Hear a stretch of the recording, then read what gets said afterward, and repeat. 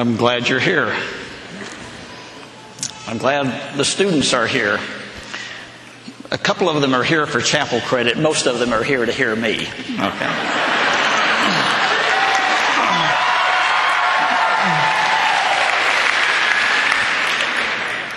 I like the world I live in. Let me live there, all right? Randy world. When you get ready to do a lectureship speech on perhaps one of the half dozen most difficult texts in the New Testament, thanks. For those of you who've never done a lectureship speech, this is what you do. You first of all read the text over and over and spend several months trying to get your mind and hands around it and decide what you think. And then you go to the commentaries and try to find somebody who will back you up. Now, I have to admit that this hasn't gone all that well. I can't find anyone who holds exactly the view that I do, but eventually I think everyone may come to knowledge.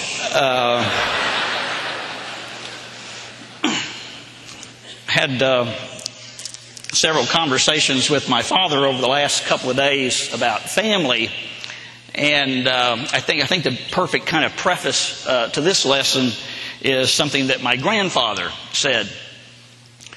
He was an old farmer, and it was a great fun for non-farm boys like me and my brother to get to go out to the farm and feed the chickens and watch them cutting chickens' heads off. That was really fun. Putting rings in the pigs' noses, just all the things you can imagine. And every once in a while, as will happen on a farm, we would have a cow get out. And so there was a cow out, and so my grandfather came up with this strategy.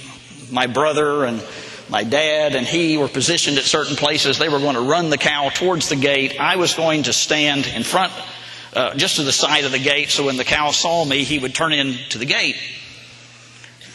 And I said, "Now, Granddad, are you sure that when he sees me standing there, he's going to turn?" And he said, "Probably." Okay, that's my introduction to this lesson. Everything I say about Romans 11:25 through 36, I want to preface with the words "probably," because this is one of those texts where you don't want to be too arrogant. In Romans chapter 9 through 11,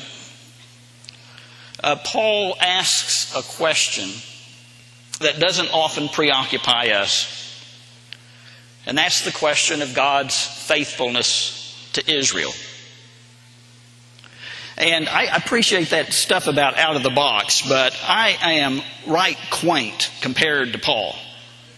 I don't even think he can find the box. And he quickly rips off 3 different answers to the question of Israel's apparent rejection.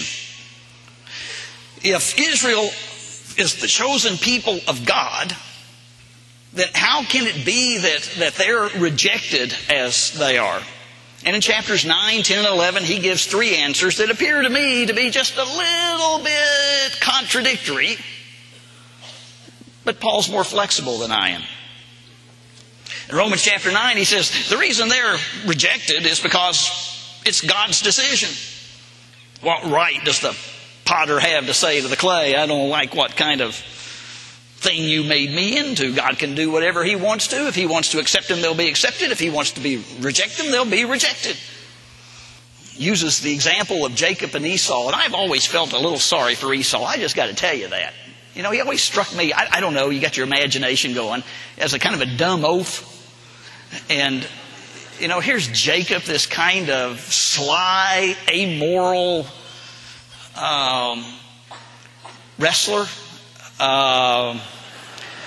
And Esau never has a chance. But God says, Jacob I loved, Esau I hated. Okay, I get that. It's God's choice. But he didn't stop there. Then in chapter 10 he says, oh, and by the way, Israel is rejected because of her unbelief. I thought it was God's choice. No, it's her unbelief. And then he comes to chapter 11 and he says, wait, hold on a moment. The last thing hasn't been said yet. Well, let me kind of clear some of the dust away and take a shot at this. We're inclined to get bogged down in the question of the relationship of human free will and God's sovereignty. And I'm a theologian, and I think that is a right important question. It has been important enough to Christians that we have been willing to split churches over it. Although coming to think of it, over almost everything else too, so maybe that's not the best comparison. And it's an important question, but I'm convinced it's not the one that Paul is concerned about. It seems to me that Paul's concerns here are pastoral. And I want to, and Paul does pastoral stuff a little different than most of us do. What he does to solve pastoral problems is he does theology. Now that's an interesting approach. You know, the way I want to solve pastoral problems is get rid of people.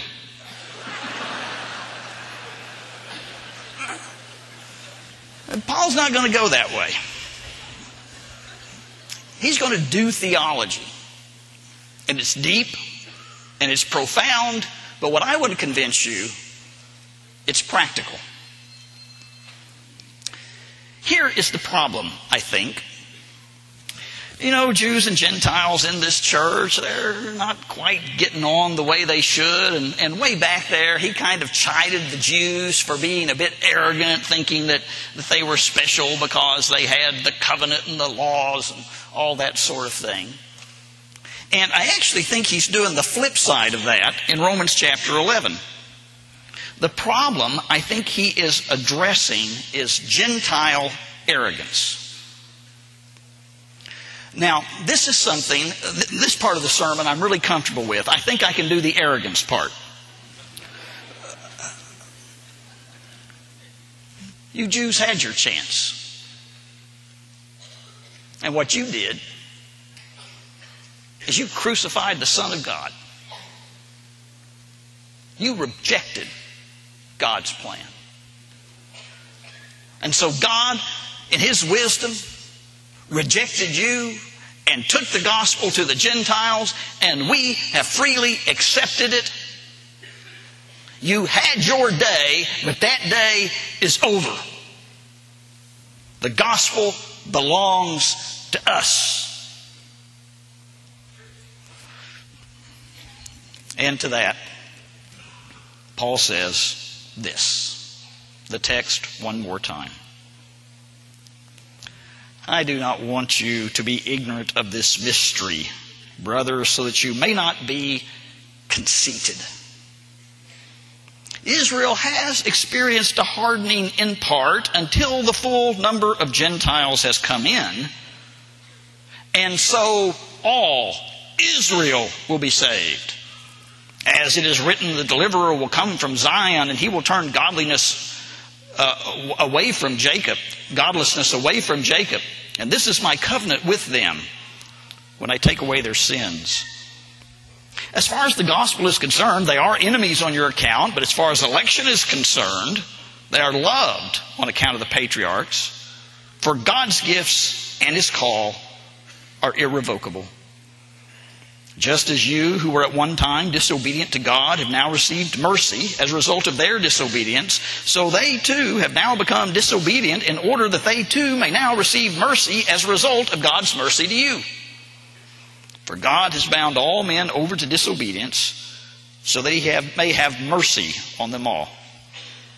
Oh, the depth of the riches of the wisdom and knowledge of God! How unsearchable His judgments and His paths beyond tracing out. Who has known the mind of the Lord, or who has been His counselor? Who has ever given to God that God should repay him? For from him, and through him, and to him are all things. To him be the glory forever. Amen.